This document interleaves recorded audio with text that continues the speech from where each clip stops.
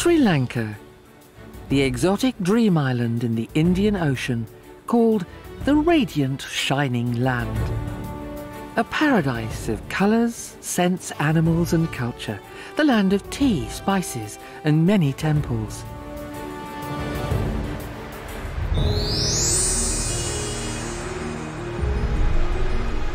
Colombo is the pulsating centre, only 58 kilometres away from the south coast of India. The Fort District impresses with its British colonial buildings. Next door, the World Trade Centre, and in front of it, the red and white facade of the Cargill's department store. Arab traders frequented the place. Later, Portuguese, the Dutch, and finally the British.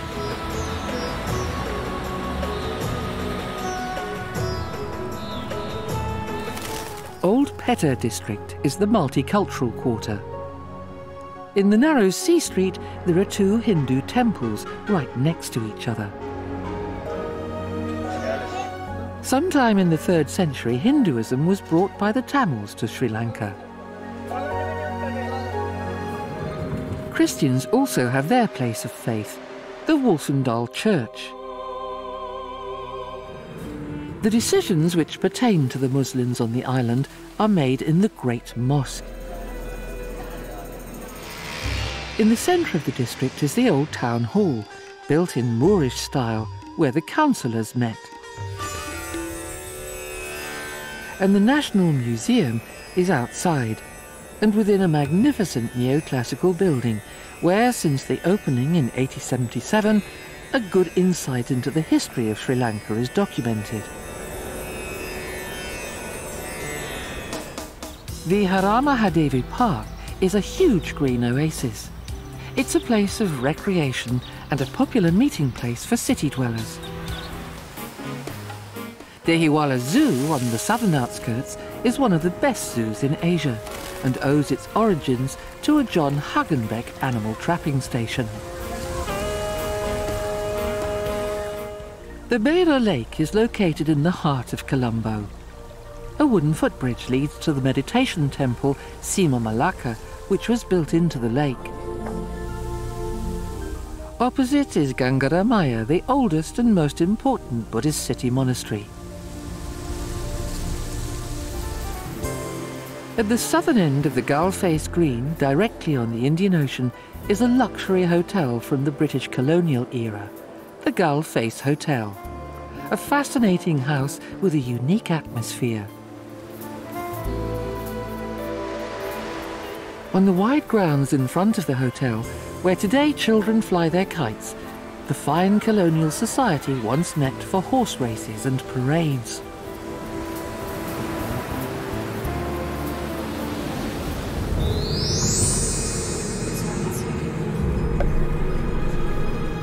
The fishing village of Negombo is about 35 kilometres north of the island's capital.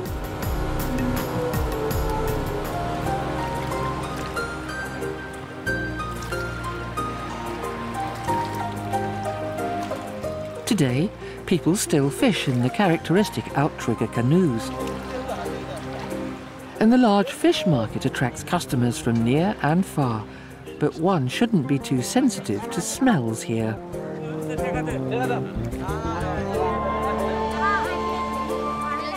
There are also many churches here. The most beautiful is St. Mary's Church, with stained glass windows and an alabaster altar of Our Lady. And all over the beaches, fish is spread out to dry.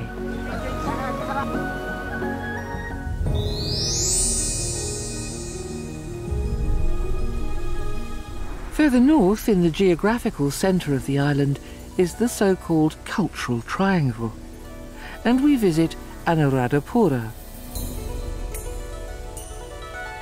The huge golden sand dagoba is surrounded by an impressive elephant wall and is guarded by monkeys.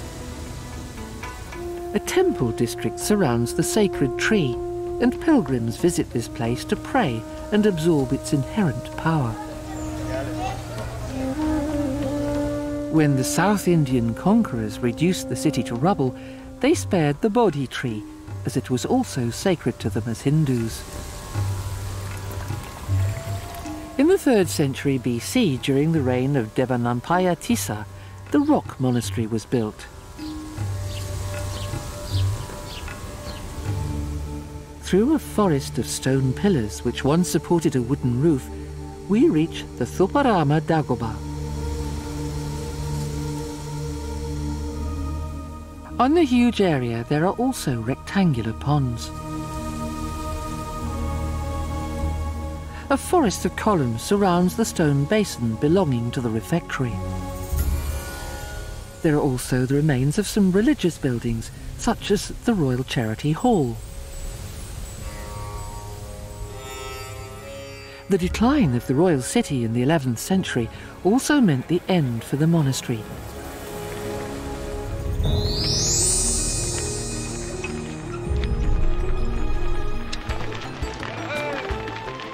A little to the south of the cultural triangle is Habarana. Here you can experience country life. An ox cart guides visitors through the grounds.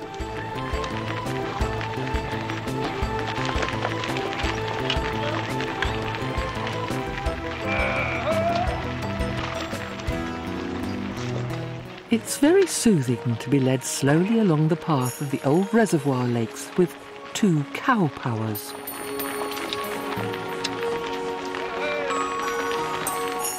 A few relaxing hours spent surrounded by overwhelming culture.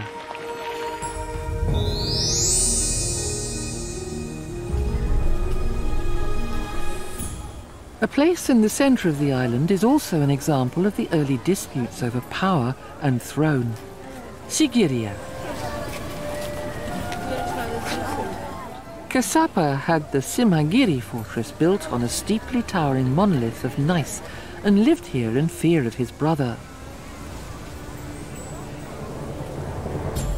But despite the constant threat, he always placed value on beauty and relaxation. The picture cave at the foot of the rock was once home to Buddhist monks who left behind scriptures. And stairs lead further up through a maze of caves. Suddenly, the so-called Cobra Rock rises almost threateningly, reminiscent of an erect cobra.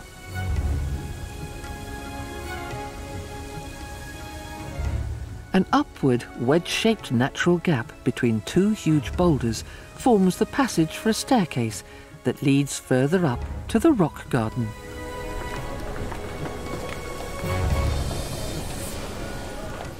An iron spiral staircase leads to the pictures of the Cloud Girls, painted on the rock face hidden behind a wall.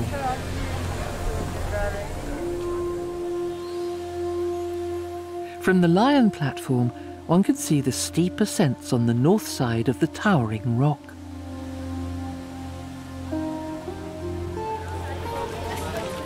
Through 2 colossal lion's paws, the last ascent leads to the palace complex on a sloping plateau. The achievements of the constructors at this level are extraordinary, but eventually, after 18 years, his half-brother returned with a mercenary army and defeated Kasapa.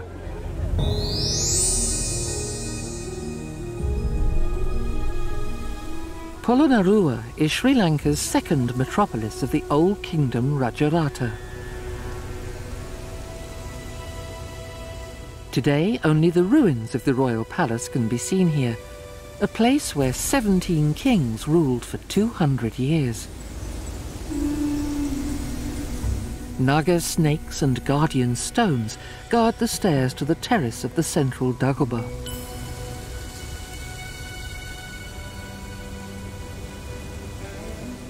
Opposite, the temple Hatadaji with columns in the form of figures that once supported the wooden floors.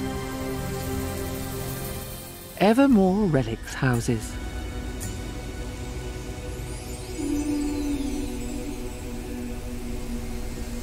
As indeed, the House of 8 relics, once a building supported by columns, from which sadly only some of the many supporting columns decorated with tendrils remained.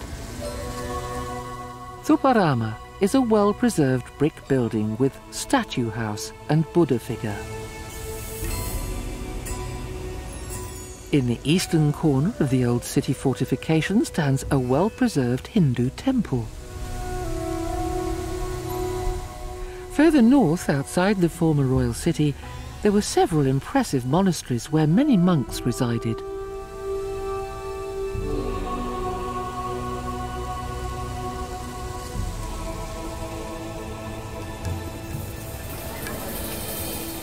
From the bigger statue house, there remain only massive walls and a huge Buddha figure.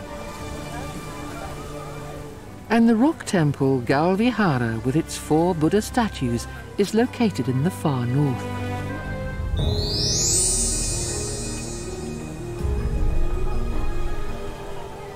In Dambulla, the rock caves of the sacred shrine can be found, a religious place of worship.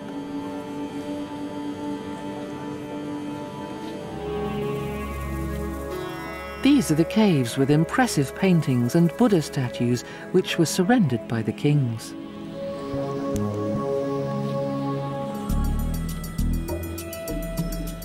The third cave is the great new temple that reveals the Kandy epoch of the 18th century. And in the fourth cave, everything is small but unique.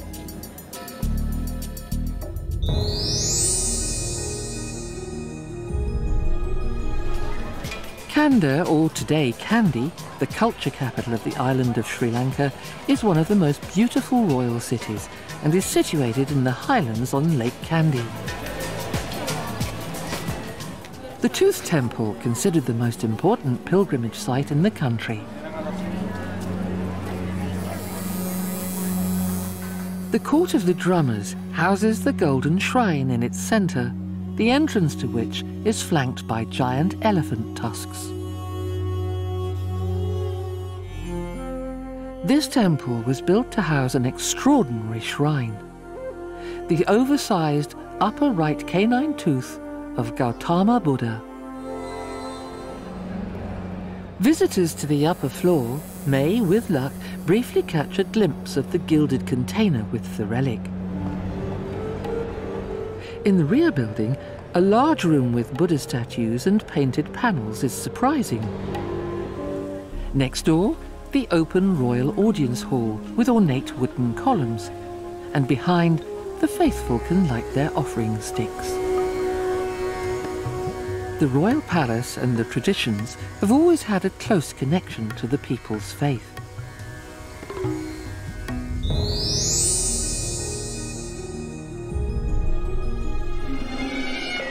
Traditions from the time of the last kings of Kandy give an insight into the art of dance in Sri Lanka.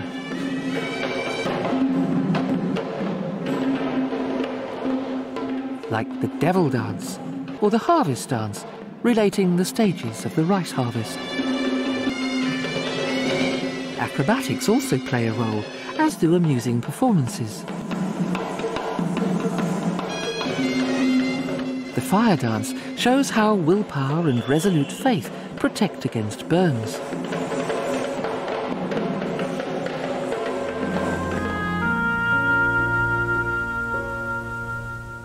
Many railway stations on the island still date back to the British colonial era and maintain a corresponding charm.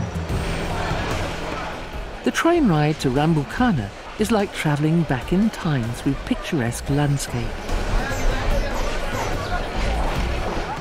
The railway runs through narrow, damp tunnels, and many stations are practically in the middle of the jungle. On the onward journey, spectacular views present themselves time and again. And finally, we reach the desired destination and a special attraction. From Rambukana station, the direct route leads to the elephants.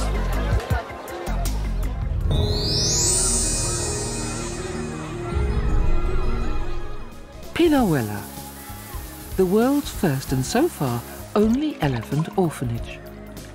Visitors can watch the bottle feeding of the baby elephants.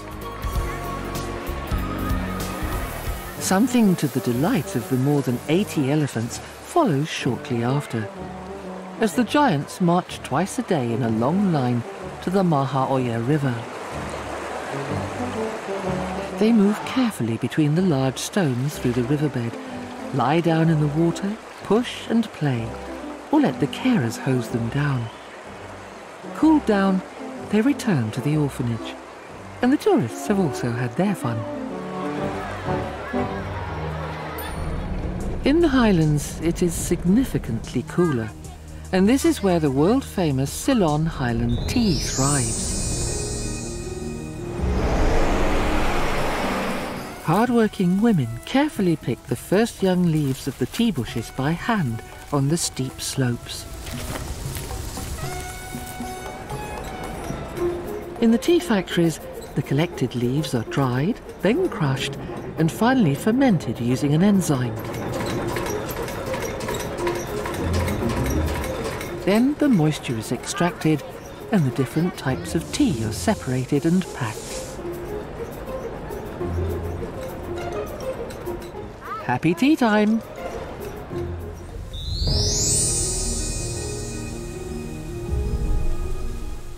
Nuwara Eliya is reached, a Victorian-style mountain village, also called Little England because of the climate. A health resort with park, golf club, and a large market where fresh fruit and vegetables are also on offer.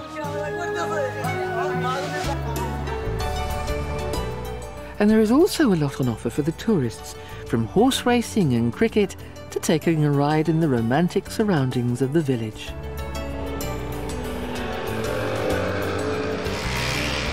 Only the dagoba conspicuously points to Sri Lanka. Victoria Park is the popular meeting place for all, a well-kept environment for leisure and recreation.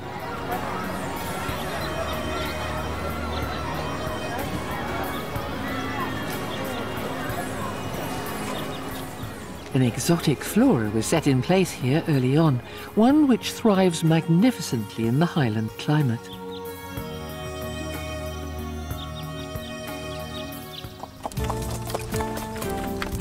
In particular, the villas and hotels on the outskirts of the city suggest the presence of wealth, and the nearby Lake Gregory is a destination for recreation.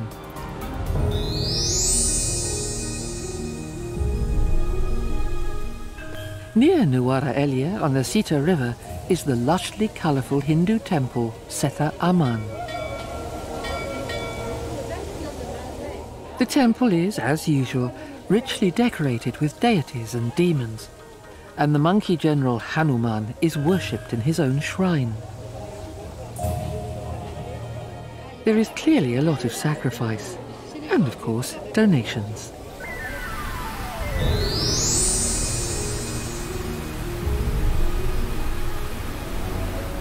Near the Ravana Falls cave, also a site from the Indian Ramayana epic, the Ravana waterfall impresses, a place where the wild waters cascade over 100 meters.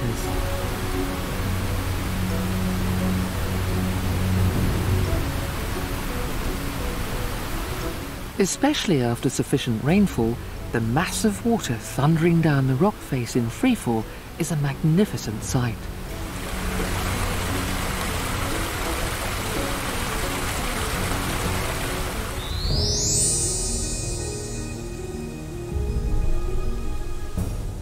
On the way south, Buduruwagala entices us to take a small diversion.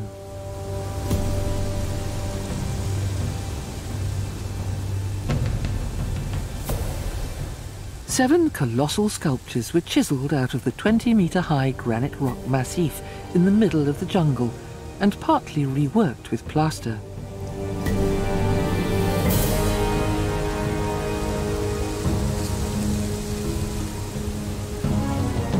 The mysterious depictions probably date from the 4th to 10th century.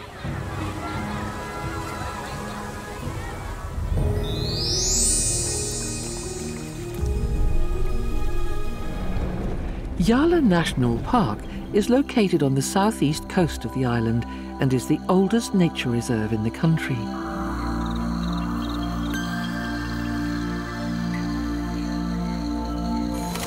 About 215 species of birds and 32 of mammals can be observed here.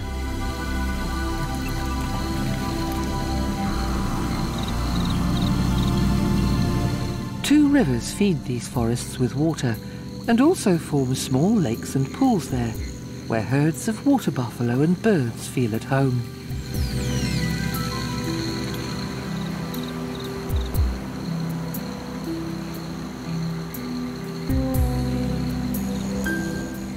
The paths often also act as narrow embankment roads between water basins. And suddenly sambar and axis deer appear and continue to feed without concern. Not until the 19th century did thoughts of nature conservation arise.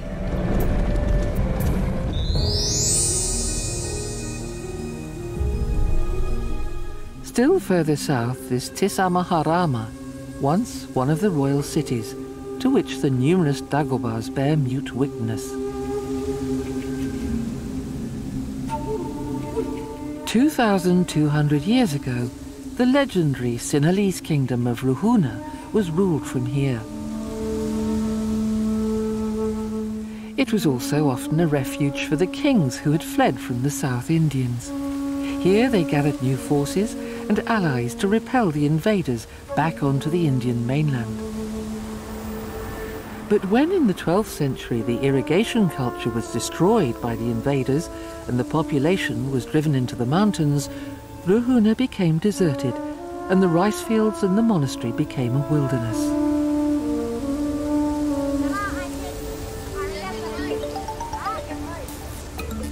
Between the former town and the reservoir is the Dagoba site.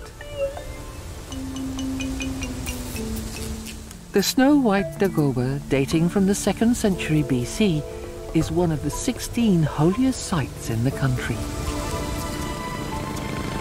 The historical reservoirs created the basis for life and wealth.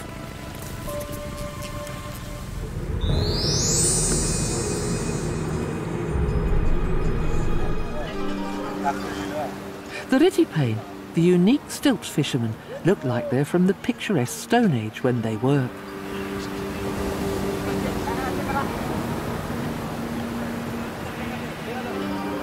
They sit on a pole high above the breakwaters while fishing.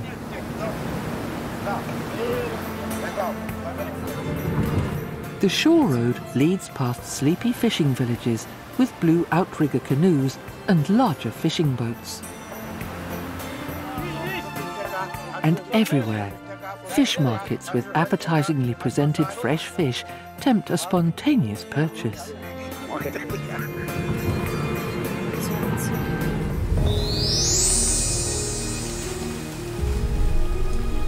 Soon we reach the coastal town of Galle with the historic fort. After the Portuguese landed here at the beginning of the 16th century, they built at first a modest fort to protect the harbour. The Dutch who followed destroyed it and built the one that still stands today as headquarters of the United East India Trading Company. An old town with a Dutch church was also built, the oldest Protestant church. A snake charmer demonstrates his high art, and the English built their church too. The network of alleys is generally grid-like, and the so-called clan house is an exotic mixture of Asian present and colonial European past. This is where the clans trade was handled. The magnificent building of the historical mansion is exemplarily preserved and presents itself as a curious shop. The mosque, the lighthouse, a rampart, and a small sandy beach form the distinctive southern tip of the fort. Dreamy sandy beaches with palm trees, religious sanctuaries, English colonial charm, and tea plantations in the Green Mountains.